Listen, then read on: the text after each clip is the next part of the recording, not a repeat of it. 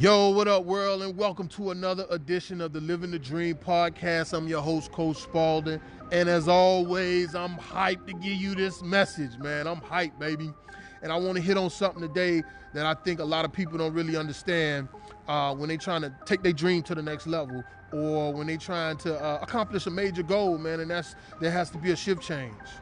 There has got to be a shift change, and I'm gonna tell you something. Believe it or not, that shift change has to be in three areas: mentally, spiritually, and emotionally. I'm gonna say it again, man. That shift change has to be mentally, spiritually, and emotionally. And this is deep for me because when I decided that I wanted my life to go in another direction, it wasn't working until I made a shift change in all three areas. I made a shift change in all three areas, man. When I made the mental shift change, when I made the spiritual shift change, and when I made that emotional shift change, I really started to see things change in the way that I wanted it to, man. I started having a better relationship with my wife. I started having a better relationship with my kids. I started building the right kind of connections and resources with the right kind of people, man. And I saw things happen and moving in the right direction for me. I started to see blessings just flow. I started to see my attitude changing. I started to see opportunities open up for me, man. Things just started happening the way that they needed to when I made that shift change in all three areas. Now, for some of you, you may not need to make a shift change in all three areas. For some of you, you may only need to make a shift change in your spiritual realm, or you may need to make an emotional and a mental shift change. But no matter where you are, there has got to be a shift change in all three areas in order to make your dreams become a reality, man. In order to make that thing happen for yourself, you have got to make a spiritual, emotional, and a mental shift change, man. All right, coach. So how do I make that happen? How do I make that happen? Number one, you got to be sick and tired of being sick and tired. You got to be sick and tired of being where you are. You got to be sick and tired of being where you are mentally, spiritually, and emotionally. And I'm going to tell you something. In order for any man or any woman to transition, the thing that they want must be greater than the thing that they currently have.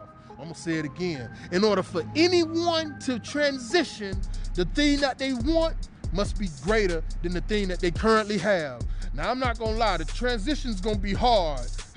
The transition is not going to be easy. But in order to make that shift change, who you are now won't get you to the way you want to be. So keep that in mind.